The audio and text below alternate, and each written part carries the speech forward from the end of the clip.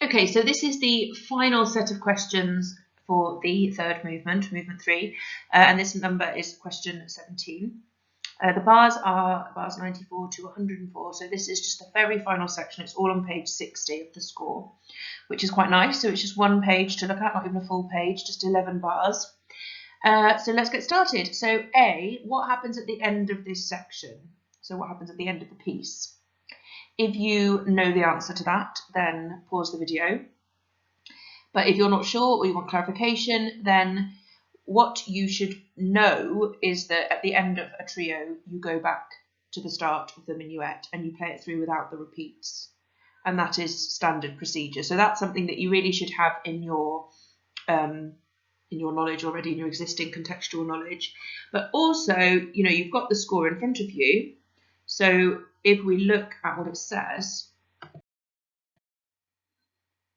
it does say at the bottom, minuet da capo. And da capo means to the head, to the top, i.e. back to the beginning. So back to the top of the minuet, back to the beginning of the minuet. And when you repeat something under those circumstances, you don't do the repeats within the section that you are repeating, if that makes sense. Okay, so that one should be a fairly simple question. Hopefully you knew that one. Okay, so the next question is, as usual, B is always stating a key. So state in full the key at bar 95. So if you want to go and have a look at this, then that's great. But if not, carry on listening and I will talk you through it. Okay, so I've highlighted bar 95 just so it's a bit easier to see on the screen. Obviously, you should be looking at your own score, and by highlighting, I realised that I've sort of cut the instruments off. So what we've got is we've got a pair of oboes in the top line, and then we've got the upper strings, and that's it. So it's an extremely sparse texture at the end of the trio in this sort of linking section. It's quite distinct from the rest of the trio in a way.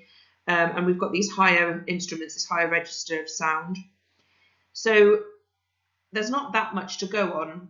And because it is a new section, because we've got a double bar within bar 92, 93, 94, you know, we don't really need to look at what came before because it's almost irrelevant. You know, I sometimes say you might want to look a couple of bars before to sort of check what key you've been in, if not much has changed. But this is a new, quite distinct section on its own. So all we have to go on are, you know, it's a very small range of notes and the key signature. So if you want to give it a go now, that's fine. But if you want to carry on listening, the key signature, we have our 2 flats, which we've had previously for the previous question. In this section, the trio was in B flat major and it moves through different keys. 2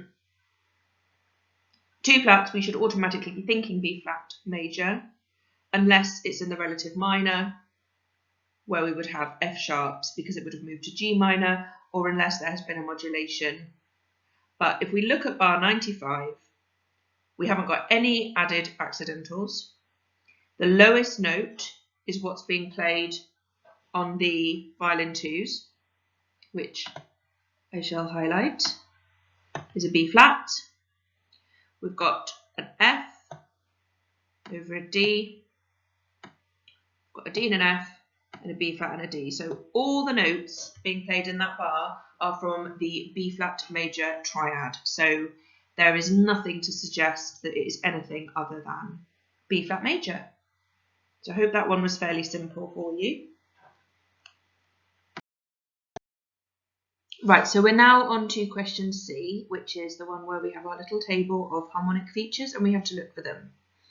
And you will see a Phrygian cadence, and I don't think I have taught you guys a Phrygian cadence yet, so no time like the present. You're going to have to brace yourselves for this.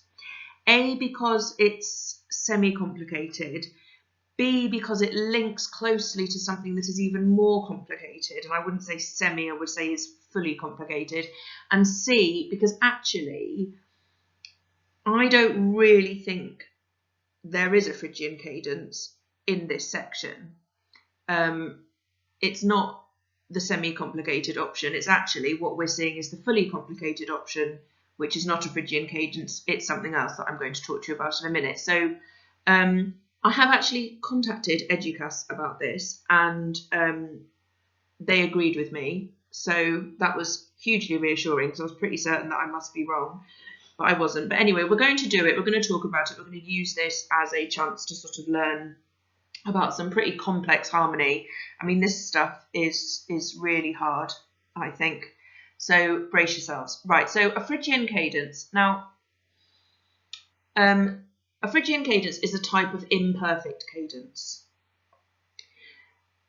We did imperfect cadences at GCSE. They didn't come up very much, but they did occasionally. So you should remember that an imperfect cadence was a cadence that sounded unfinished, and it ends on chord 5. And generally speaking, the one that we taught was that in its most sort of simple classic form, you have the cadence made up of chords 1 followed by chord 5, so the tonic followed by the dominant. And that obviously sounds unfinished because you're on the dominant and you're sort of waiting to go back to the tonic, and you don't. The music moves on into a different section.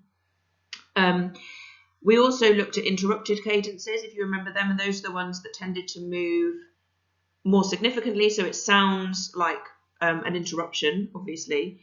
And the ones that we taught were moving from chord 5 to chord 6, which if you're in a major key is going to move to a minor chord, and if you're in a minor key is going to move to a major chord. So your tonality center is shifting significantly, and that's why it's interrupted. But the imperfect ones, we tended to find halfway through pieces. So I think occasionally there was a question, when it was question 4 or 5 on the GCSE paper, if you remember, when you had a score question, and it was generally a concerto question, but sometimes it might be a pop song. And if it was a concerto question, then they might ask you for the cadence halfway through and the cadence at the end. And sort of just by using common sense, you could normally guess that the halfway through cadence was imperfect, and then at the end it was perfect. So it was sort of unfinished in the middle and then finished at the end. Anyway, so an imperfect cadence, or it also can be called a half cadence, which I find irritating because there's nothing half about it, other than I guess it's sort of cut short because it doesn't go back to the tonic. I don't know. So if you ever hear of people talking about half cadences, they're talking about imperfect cadences. A Phrygian cadence is a type of imperfect cadence. It ends on chord 5 in root position. And the chord that comes before it is chord 4, but it's chord 4 in first inversion. And generally speaking, a Phrygian cadence only happens in the minor key. And it's actually because of its links to the Phrygian mode in 15th century pre-Baroque music. So I'm not going to go into that, but you can research it if you want to, obviously. So I've popped under here. So this example is in C minor, because I always give my examples in C, but I've just said it's a minor, it's an occurrence in minor keys. So in C minor, you've got 3 flats, because C minor is the relative minor of E flat major, which is a 3 flat major key. We did actually have a section in C minor just before, so we should be familiar with that. So in C minor, if you think about your scale, C, D, E flat, F, G, A flat, B natural, which is the sharpened 7th, and C, which is the octave. I think I sang that in a previous video.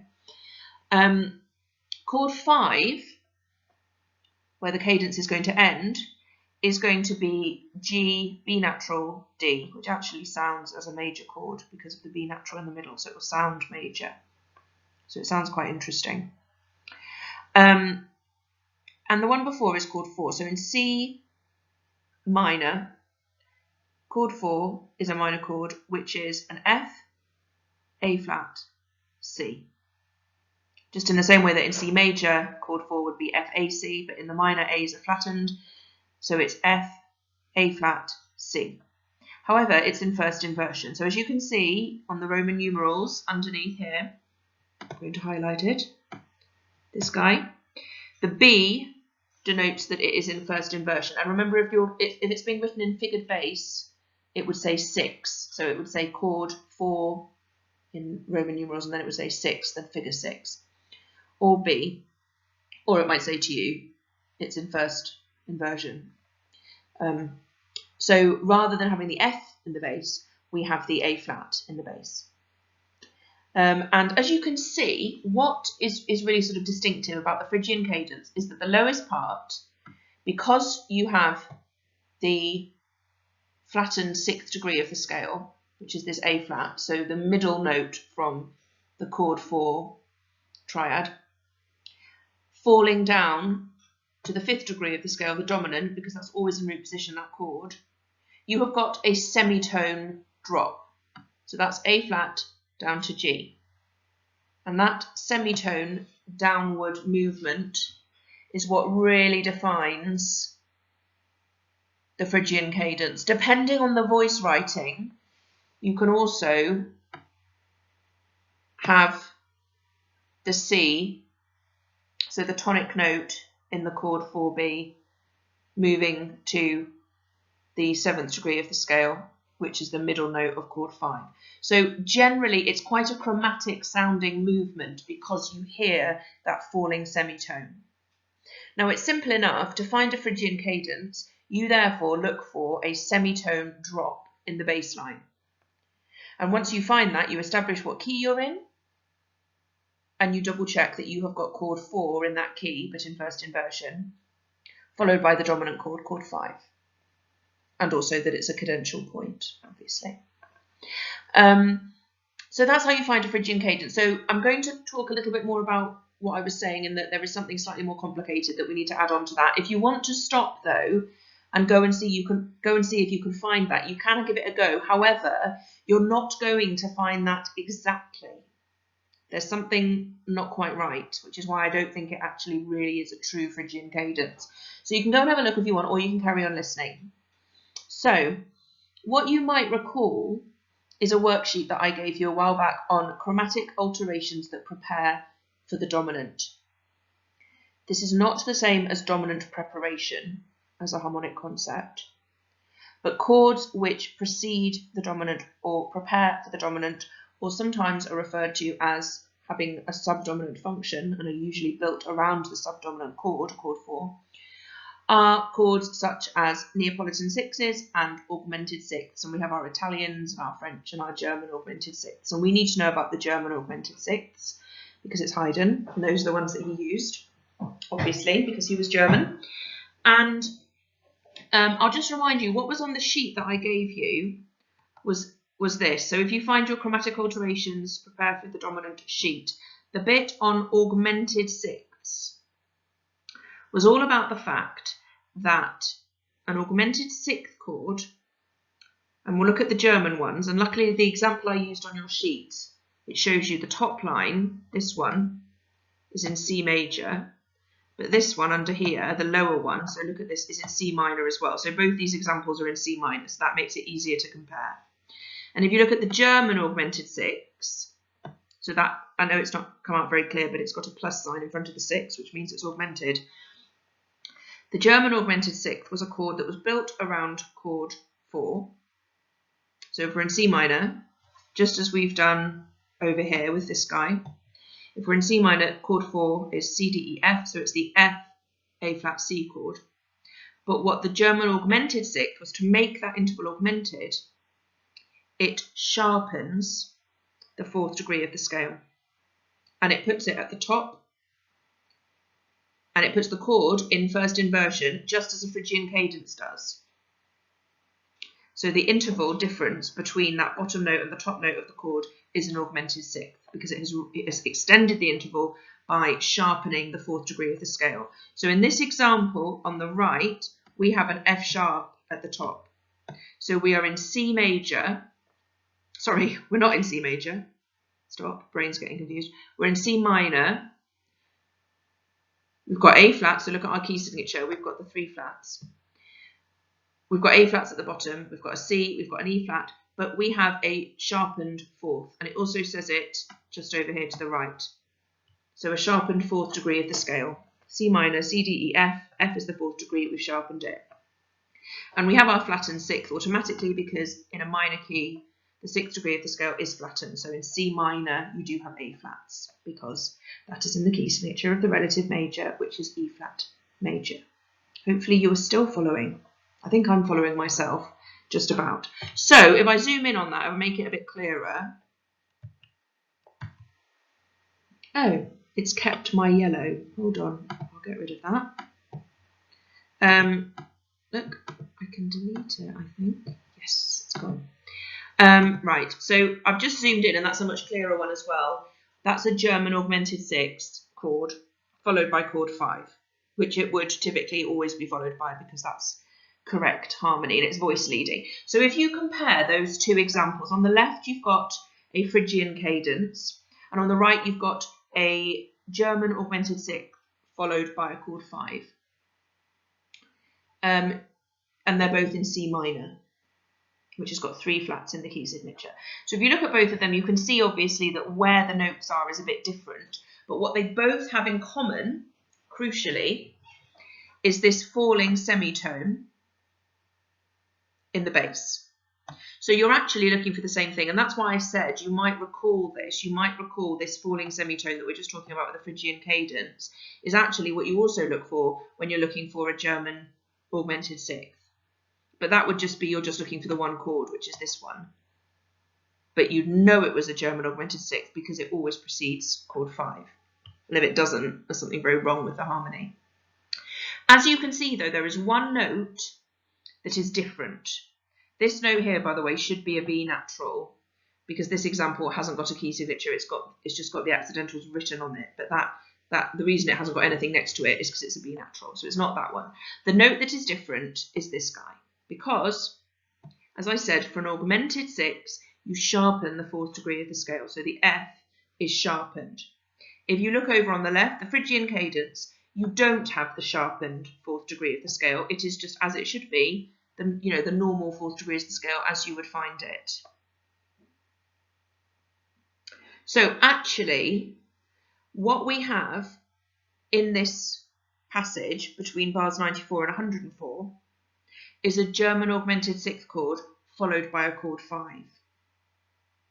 We don't have a chord 4B, just a standard, followed by chord 5 because the 4th degree of the scale is sharpened. So I'm telling you that it's giving quite a lot away. But regardless, what you were looking for either example is a falling semitone, and then you're checking what key you're in, and then you're checking that you've ended up on chord 5, and then you're checking that the chord prior to that is chord 4 but in first inversion. The fact that whether you've got extra sharp and augmented notes within the chord, you can sort of ignore for now. Okay, so that also corresponds with what I previously said on my sheet about how do I find an augmented sixth in State+Locate. So for the augmented sixth, you're looking for the sharpened 4th degree leading up to the 5th. So that's at the top. You're looking for that bit. But you're also always looking for the flattened 6th degree falling to the 5th in the bass. And that is what you would look for a Phrygian cadence as well. Okay, so complicated. Pretty complicated. You could obviously pause and give it a go now, or I can take you through it. One final thing before we actually look at the score, and I didn't want to sort of say this and complicate things because it's sort of by the by in a way. If we just get these back, what you will have noticed perhaps is that the German augmented sixth also has an extra note in it. It's got an E flat, which is the 7th. So in chord 4, F, A flat, C, E flat, it's chord 4/7 in first inversion. And then with the sharpened 4th degree of the scale. And so that's this note over here. And I kind of ignored him because there isn't an E in this chord, in this Phrygian example, but there could be. It's irrelevant. So in the same way that you can have a perfect cadence 5/1, or you can have a perfect cadence 5/7/1, it's still a perfect cadence. The same goes for the Phrygian cadence. So whether it's got the 7th or not is irrelevant. If it does have the 7th, it won't be in the bass, it will be somewhere else within the chord. So in this example, you would have an E flat somewhere. In a German augmented sixth, you do always have the 7th of that chord 4. And it also falls downwards a semitone. So you've got that falls down, and then you've got obviously the bass falling down a semitone, and then you've got, let's do a different colour again, you've got the top rising up a semitone. So it's very much a chord that sort of moves outwards, moves up at the top and down, in the middle and below. And this also, have I got another colour that I can use? That moves down as well. So it's a sort of moving chord. It's got that subdominant function. So yeah, I deliberately ignored that, and you can ignore that, because the seventh, it doesn't change the fact that whether it's Phrygian or not.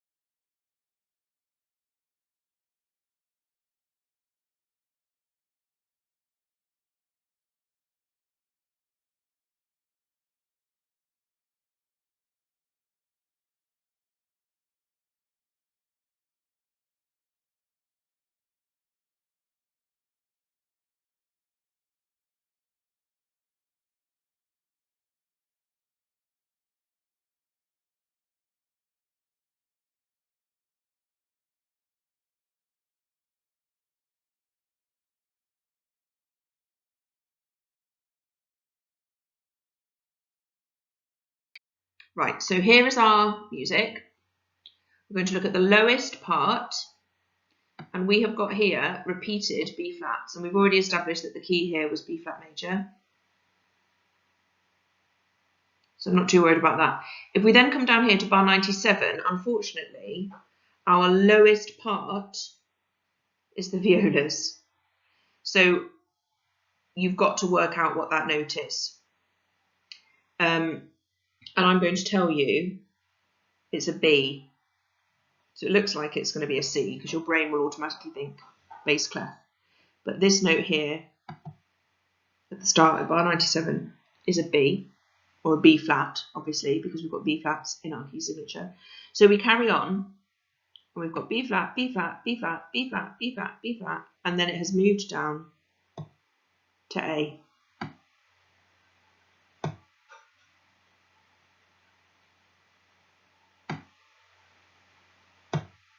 There. It's really hard to see, sorry. So we've got 3 bars, so 97, 98, 99. This is the point here where we have our semitone drop. So it's almost irrelevant what else is in the chord, because we found our drop and there aren't any other drops, because that note, that A, which looks like a B but isn't, continues to the end. So that is the only point at which there is a drop.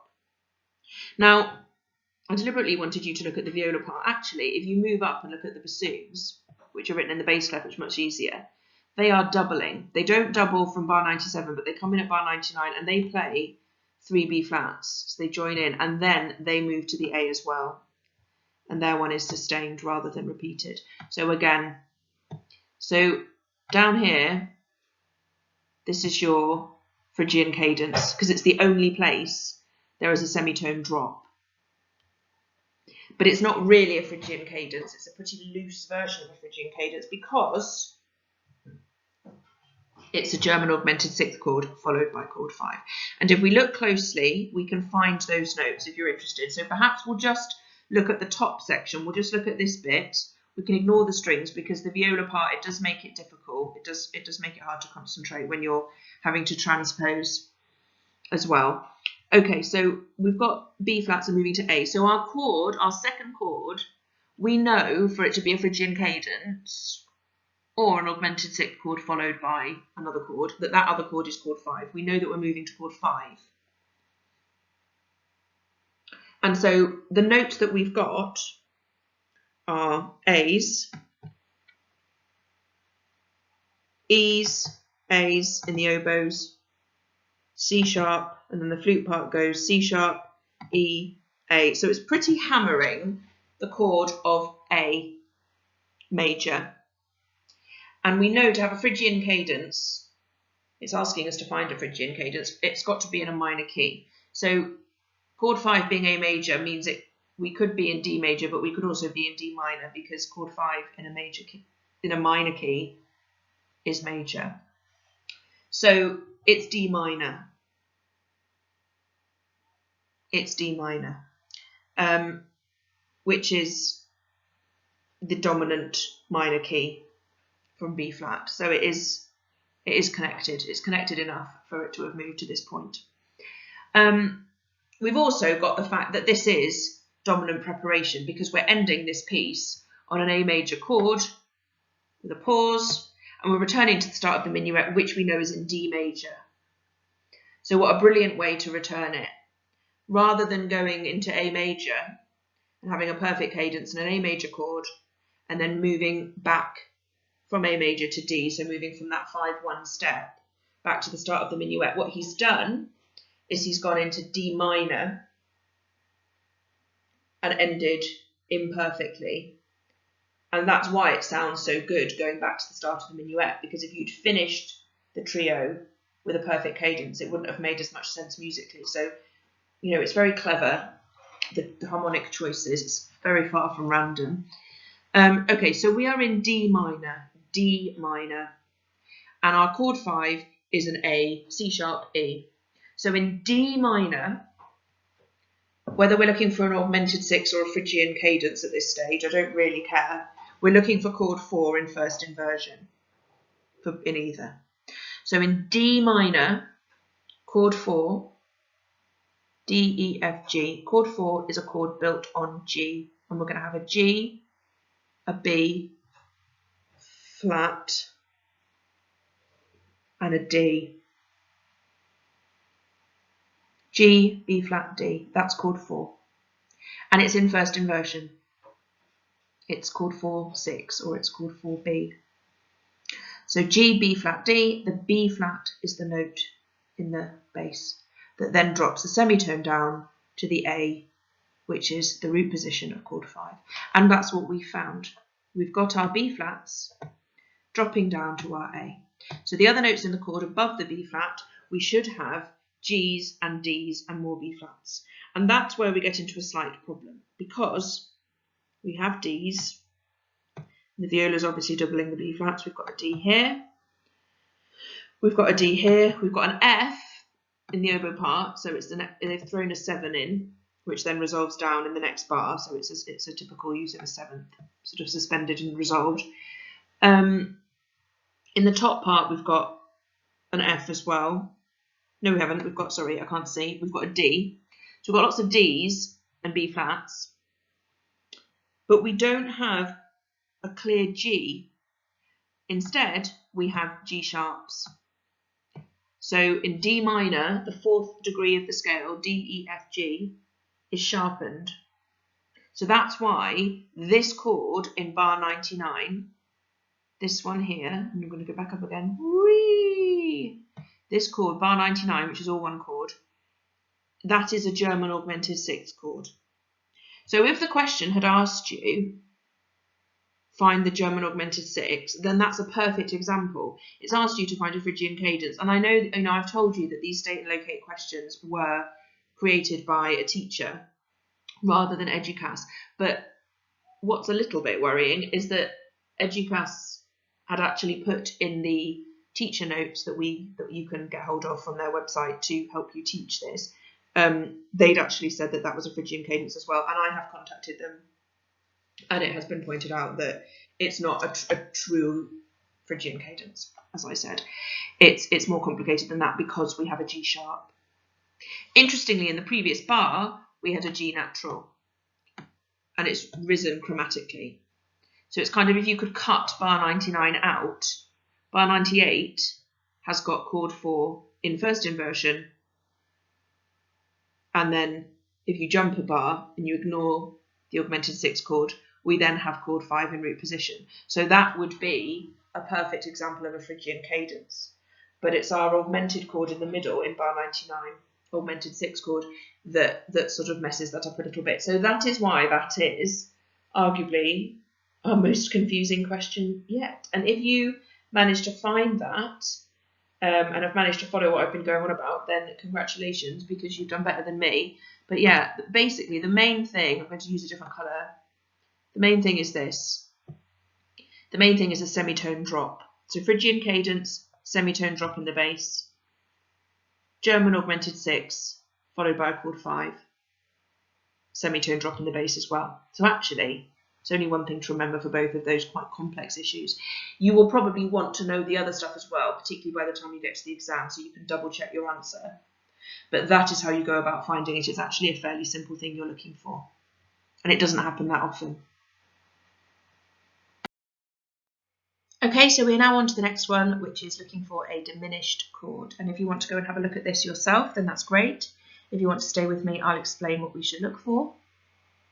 So as we have to do with many of these, we are looking for added accidentals. A diminished chord means a reduced or diminished interval somewhere in the chord, which means that the composer will have had to add accidentals or naturalize existing accidentals in order to change that interval. So what we are doing is scanning for added accidentals, and then we're going to check the intervals in between those, work out what the chord is, and then establish whether we've got a diminished interval, which will make it a diminished chord. Okay, so I've zoomed in on this bit from 97 to the end because in the previous little section that's very sparsely textured or scored, there aren't any added accidentals, and I'm sure you can establish that yourself. So when we look at this bit from 97 onwards, we know we've got tons of added accidentals because we've just been looking at this and all the Phrygian nonsense.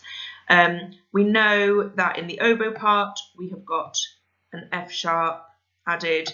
We've then got G sharps added repeatedly on alternate bars for 3 bars.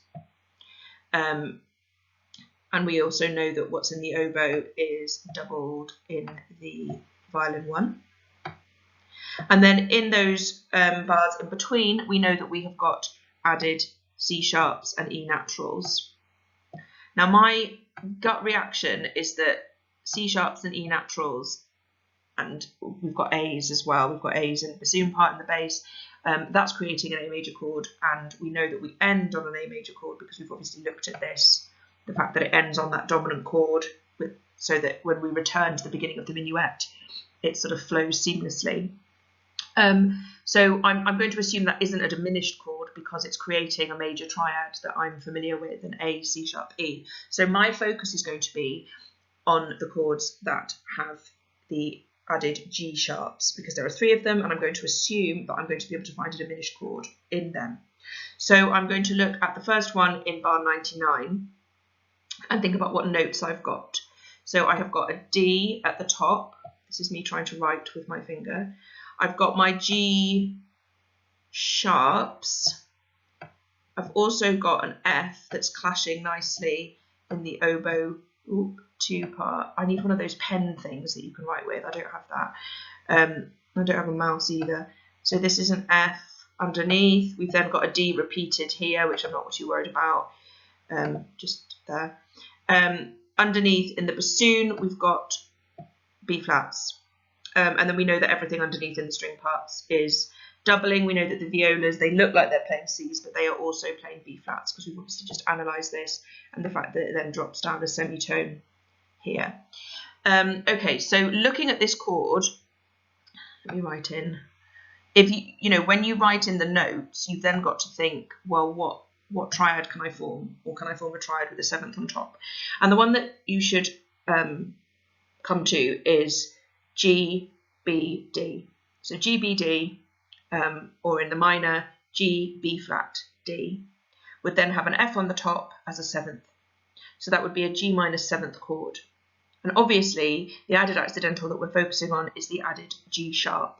So that has reduced the interval between the G and the B flat because the G is sharpened, so we've got a diminished interval between the root and the 3rd of the chord. So that's our diminished chord. Do bear in mind when you're thinking about the notes and rearranging them to make a triad or a 7th, you might think, well, B flat, D, F, that's a B flat chord, and you'd be right.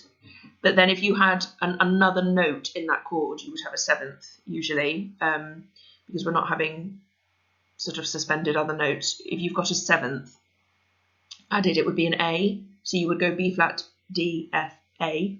And yes, you could say, well, the G sharp means that that interval at the top of that chord has been diminished because the A has moved down to a G sharp.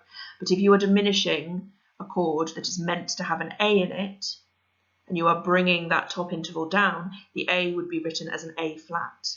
It would not be written as a G sharp. Because remember, even though they are enharmonically the same thing, in terms of theory, they're not. So for that reason, we discount that chord and we go back to our original one. So ignore the accidentals for a minute. D, G, F and B, the chord is a G7 chord. We then put our B flat back in, it's a G minor 7. We then raise our G to a G sharp, and that makes it a diminished 7th chord. So the answer for that one would be bar 99, and you could also say bar 101 and bar 103 because those chords are the same. What is different though is that you have got added A's. So I think the best answer is definitely bar 99.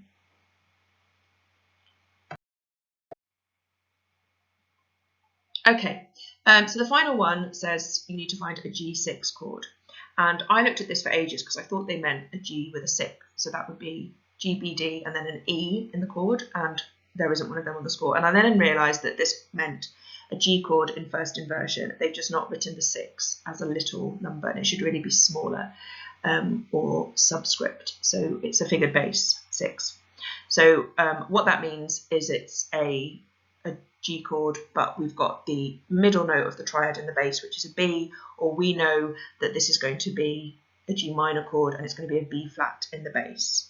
Now, hopefully, your brain's going to be going, oh, well, I'm pretty sure I know where that is already without even having to look again. If you're not sure, I'll talk you through it. So, as I've just said, B in the bass and G and D above in the chord, but we know that it's going to be a B flat as well. So let's take a look. So if we go back here, we've just been looking at this section of bar 99. If we look at bar 98, we know that we have got a G and then it moves up to a G sharp in the next bar. And we also know that we've got these sustained notes. So we know that we've got a D at the top. We've got B flats underneath. So we've got G, B flat and D. We haven't got anything in the bass line for the bassoon. So we're going to go further down to look for our bass note, our root note of the chord, which is in the viola part. And these, as we've already established, they look like they're C's, but they're not because it's a viola clef. Those are B flats. So that is your G minor chord in first inversion, or G6. You wouldn't say G minor 6. It's just, you just write G6 because it's got B flats in the bass. And yeah, it's a pretty standard one. So that is where that chord is. The ones that have the G sharps, obviously those are the diminished chords. They are not the standard chord. So if it asks you for a G chord 6, it's very important that you do find one that's got that G. And we've got it in the oboe one, and we've got it in the violin one as well. And that's the end of that. Okay, so the final answer slide. What happens at the end of this section? The minuet is repeated without repeats. So we've got to the end of the third movement and we go back to the beginning of it. The key at bar 95 is B flat major, and the Phrygian cadence sort of debacle thing is bar 99 to 100. Well, it's bar 99 beat 3 to 100 beat 1. Sorry, I haven't put those in, but you should. A diminished chord, there's one in bar 99, there's one in bar 101, there's one in bar 103. They're on those alternate bars that have the G sharps in them. And finally, the G6 chord, and that's how you should write it correctly with the little 6 as the figured bass. That is in bar 98. So that is the end of the third movement.